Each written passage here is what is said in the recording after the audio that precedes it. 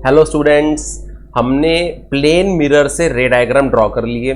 हमने ये देख लिया कि ऑब्जेक्ट की इमेज कैसे बनती है।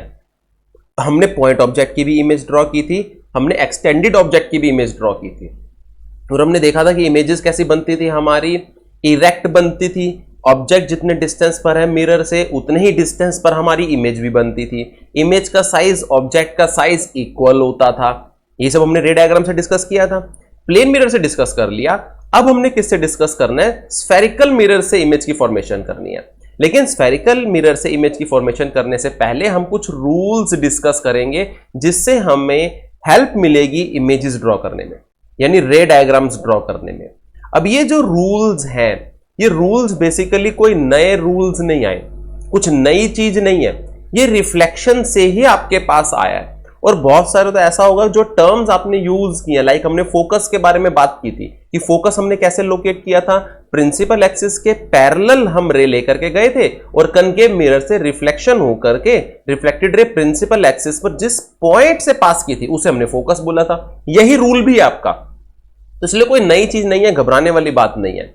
हम इसके बारे में बेसिक सब कुछ पढ़ लेते हैं, रूल्स डिस्कस करेंगे। नेक्स्ट लेक्चर में हम इन रूल्स को अप्लाई करके रे डायग्राम ड्रॉ करेंगे और इमेजेस हमारी लोकेट करेंगे, नेचर देखेंगे कि इमेजेस कैसी बनती हैं। तो यहां पर हमें एक बात का ध्यान रखना है कि इमेज लोकेट करने के लिए हमें एटलीस्ट कम से कम 2 रिफ्लेक्टेड रेज की रिक्वायरमेंट होती है। To find the position of image at least 2 reflected rays are required. अच्छा भाई देखो, सीधी सी बात है, रिफ्लेक्टेड रेज एकदम से तो नहीं मिलेगी। रिफ्लेक्टेड रेज कैसे मिलेंगी? इंसिडेंट रेज मिरर से रिफ्लेक्ट होंगी तो रिफ्लेक्टेड रेज मिलेंगी। यानी जब 2 रिफ्लेक्टेड रेज हैं तो इसके कोरोस्पोंडिंग हमें 2 इंसिडेंट रेज चाहिए। 2 इंसिडेंट रेज हो गई।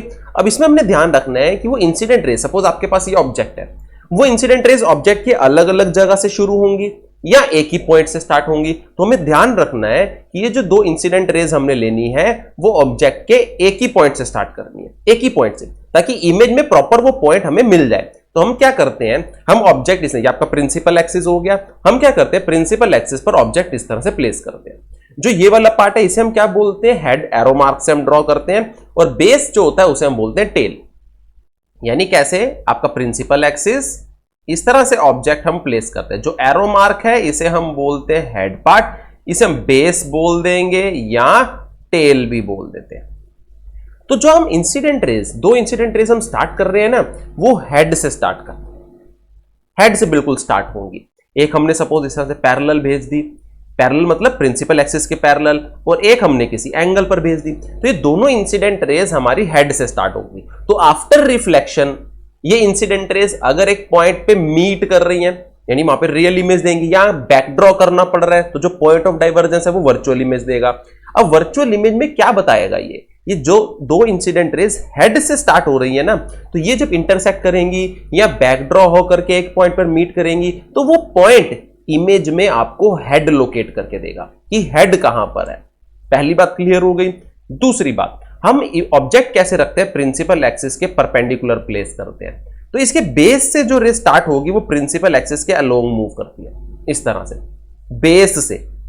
भाई हेड तो हमने लोकेट कर लिया, बेस से जब इसका बेस प्रिंसिपल एक्सिस के अलोंग से मूव कर रही है आपकी इंसिडेंट रे बेस से, तो आपकी जो रिफ्लेक्टेड रे होगी वो भी प्रिंसिपल एक्सिस के अलोंग ही आएगी। क्यों? वो भी आपको क्लियर हो जाएगा पूरा, क्योंकि यहां पे एंगल ऑफ इंसिडेंस 0 होता है हमेशा, तो एंगल ऑफ रिफ्लेक्शन भी 0 होगा। तो रिफ्लेक्टेड रे हमेशा ऐसे वापस आने वाली है बेस पर।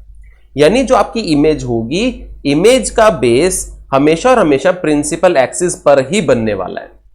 ये जो प्रिंसिपल एक्सिस है आपका, भाई बेस से इंसिडेंट रे मूव करी प्रिंसिपल एक्सिस के अलोंग, और ये प्रिंसिपल एक्सिस के अलोंग जब मूव करती है तो एंगल ऑफ इंसिडेंस आपका 0 होता है, तो एंगल ऑफ रिफ्लेक्शन भी 0 होगा। तो रिफ्लेक्टेड रे भी हमेशा और हमेशा ये प्रिंसिपल एक्सिस के अलोंग ही वापस आएगी। तो इमेज का बेस भी हमेशा प्रिंसिपल एक्सिस पर ही होता है। तो इतना हमें क्लियर हो गया। हेड, ये 2 इंसिडेंट रेज रिफ्लेक्ट होकर हमें हेड लोकेट कर देंगी।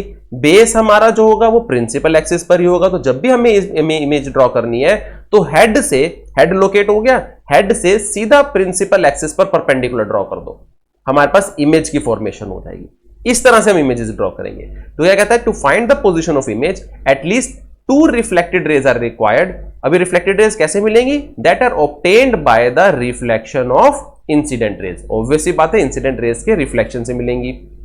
अब ये इंसिडेंट रे आ कहां से रही है? कमिंग फ्रॉम ए पॉइंट, एक मतलब एक पॉइंट से आएंगी, अलग अलग जगह से आपने इंसिडेंट रे स्टार्ट नहीं करनी। Coming from A point on the object, यानी ऑब्जेक्ट पर एक पॉइंट से ये इंसिडेंट रे स्टार्ट होंगे। क्लियर हो गई इतनी बात? अब जो हम रूल्स करेंगे, हमें 2 रिफ्लेक्टेड रेज चाहिए भाई तो आप कोई से भी 2 रूल अप्लाई कर सकते हो, जो आपको इजी लगे आप वो 2 रूल अप्लाई करो और इमेज का हेड लोकेट कर लो। बेस हमेशा प्रिंसिपल एक्सिस पर ही होगा, तो ये आपकी चॉइस है कि हम कौन से 2 रूल अप्लाई करेंगे। क्लियर हो गई? अब ये दिमाग में आता है सर ये रूल्स है, कोई स्पेसिफाइड रूल्स है? ऐसा कुछ भी नहीं है। ये आप कहीं से भी किसी भी तरह से इंसिडेंट रे स्टार्ट करके मिरर पे स्ट्राइक करो, परपेंडिकुलर ड्रॉ करो, एंगल ऑफ इंसिडेंस मेजर करो, आप एंगल ऑफ इंसिडेंस के इक्वल आप एंगल ऑफ रिफ्लेक्शन ड्रॉ करो, रिफ्लेक्टेड रे ड्रॉ करो, कैसे भी कर सकते हो आप। पर यह है कि वहां पे आपको थोड़ी सी ज्यादा मेहनत करनी पड़ेगी। तो ये जो रूल्स हैं ये बेसिकली रूल्स हैं आपके प्रिंसिपल रेज हैं। अब प्रिंसिपल रेज क्या है हमारी? ये प्रिंसिपल रेज बेसिकली वो इंसिडेंट रेज हैं जिनके लिए रिफ्लेक्टेड रेज को डिटरमाइन करना बहुत इजी है, यानी जिसके कॉरस्पॉन्डिंग हमें पता है कि रिफ्लेक्टेड रे कहां से मूव करती हुई जाएगी और कैसे मूव करती हुई जाएगी। तो उसके लिए हमें वो एंगल की मेजरमेंट ये सब नहीं करना पड़ेगा। हमने इंसिडेंट रे भेजी, हमें पता होगा कि रिफ्लेक्टेड रे इसकी कैसे है, तो डायरेक्टली हम रिफ्लेक्टेड रे ड्रॉ कर देते हैं। तो उसके लिए क्या हो गया, आपके पास रिफ्लेक्टेड रे फाइंड आउट करना इजी हो गया। तो ऐसी रेज को हम क्या बोलते हैं? Principal rays. तो इस मेथड में हम क्या करते हैं? We consider only few incident rays, ऐसी कुछ इंसिडेंट रेज ले लेते हैं जिनके लिए for which the reflected rays are particularly easy to determine, जिनके कोरस्पॉन्डिंग हमें हमारी रिफ्लेक्टेड रेज इजीली पता हो कि हाँ भाई रिफ्लेक्टेड रे ये होगी, हम बेसिकली वही रेज जो है वो सिलेक्ट कर लेते हैं। क्यों सिलेक्ट करते हैं? बेसिकली इससे हमारा जो रे डायग्राम्स ड्रॉ करने का तरीका वो इजी हो जाता है, जल्दी रे डायग्राम ड्रॉ हो जाते हैं, और कोई रीजन नहीं है इनके लिए। क्या होगा? इजीली ड्रॉ हो जाएंगे और जल्दी ड्रॉ हो जाएंगे, बस।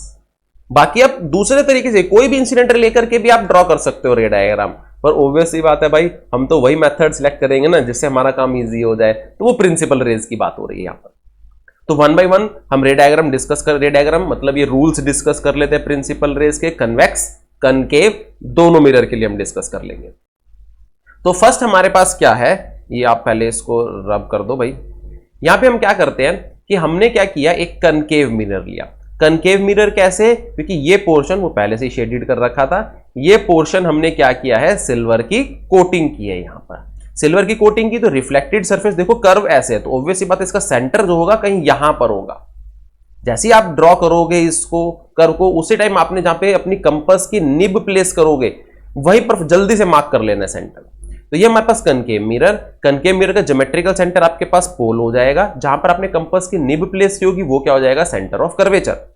अब सेंटर ऑफ कर्वेचर और पोल से एक लाइन पास करती है, इमेजिनरी लाइन, जिसको हम क्या बोलते हैं, प्रिंसिपल एक्सिस बोलते हैं।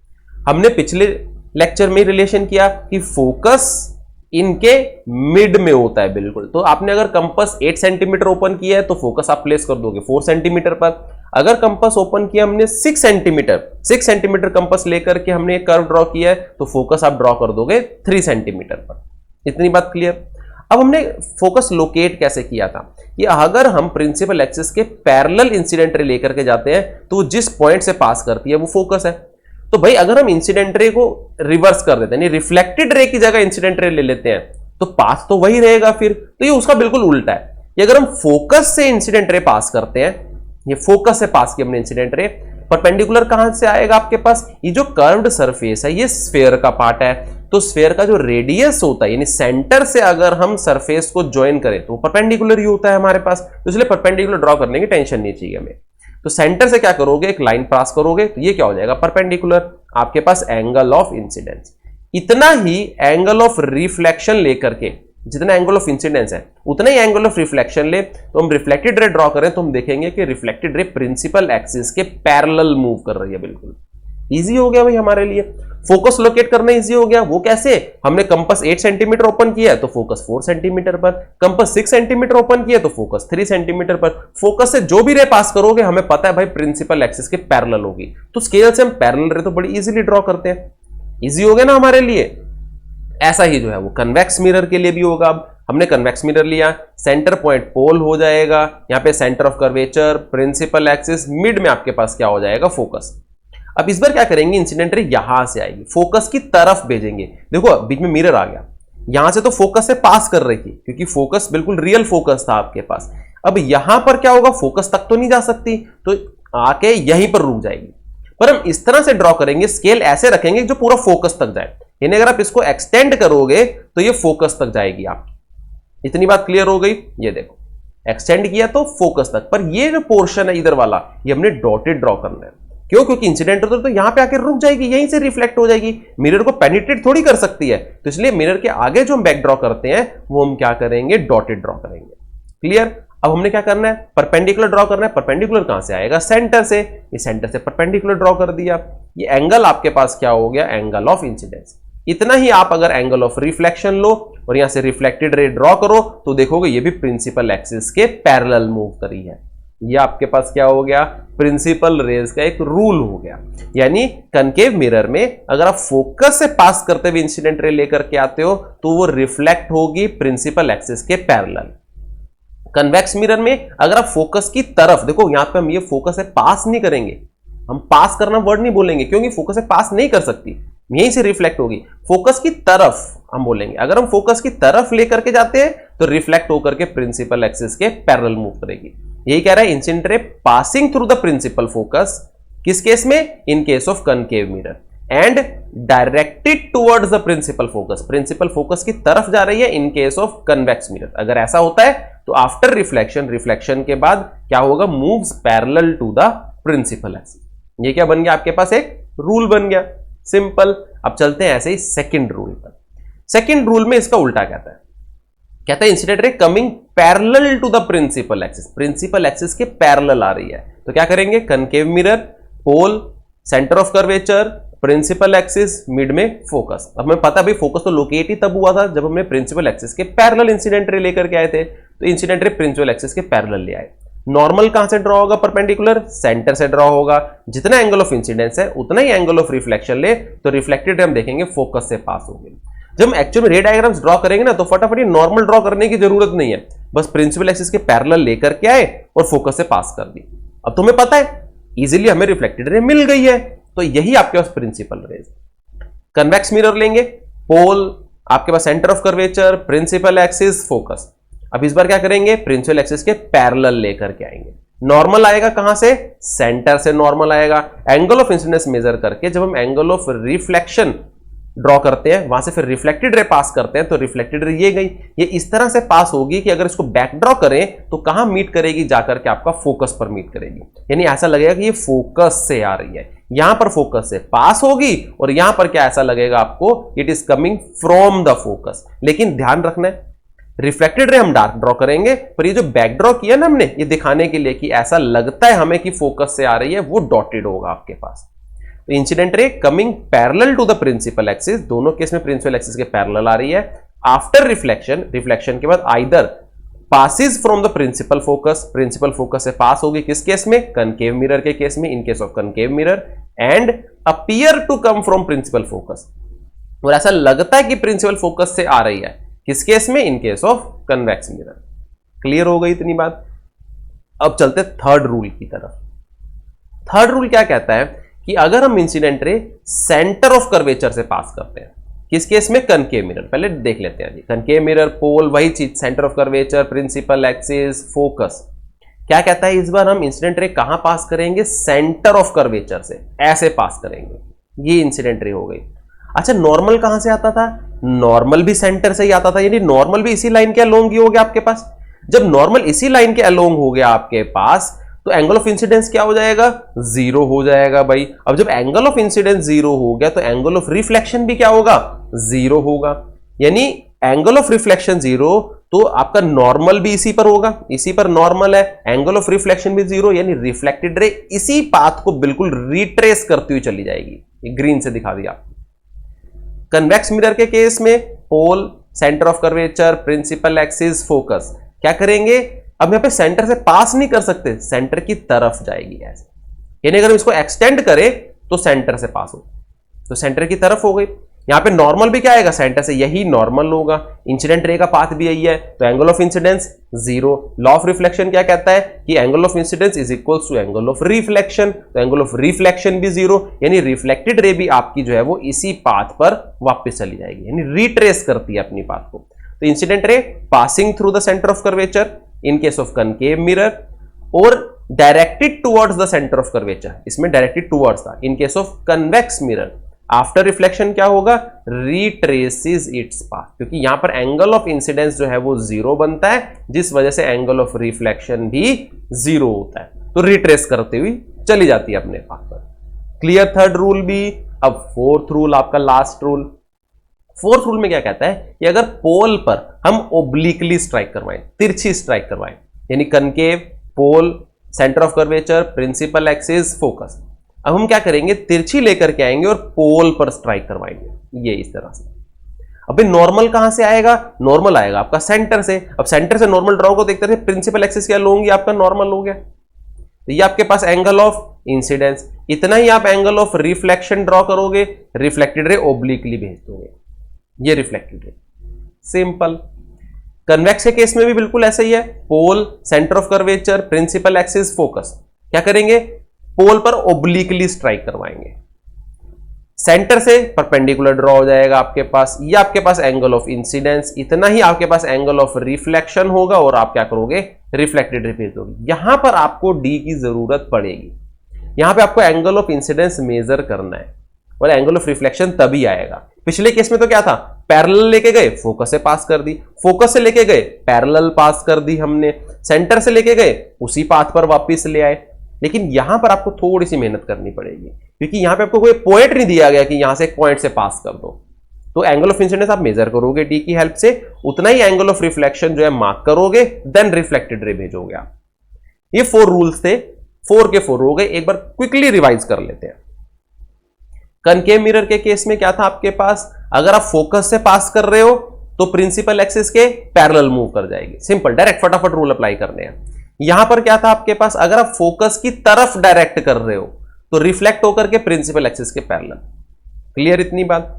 इस केस में अब आप अगर पैरेलल लेके गए तो पास होगी फोकस से, यहां पर अगर आप पैरेलल लेकर के गए तो इस तरह से रिफ्लेक्ट होगी कि बैकड्रॉ अगर आप करते हो तो वो फोकस से आती हुई लगती है आपके पास।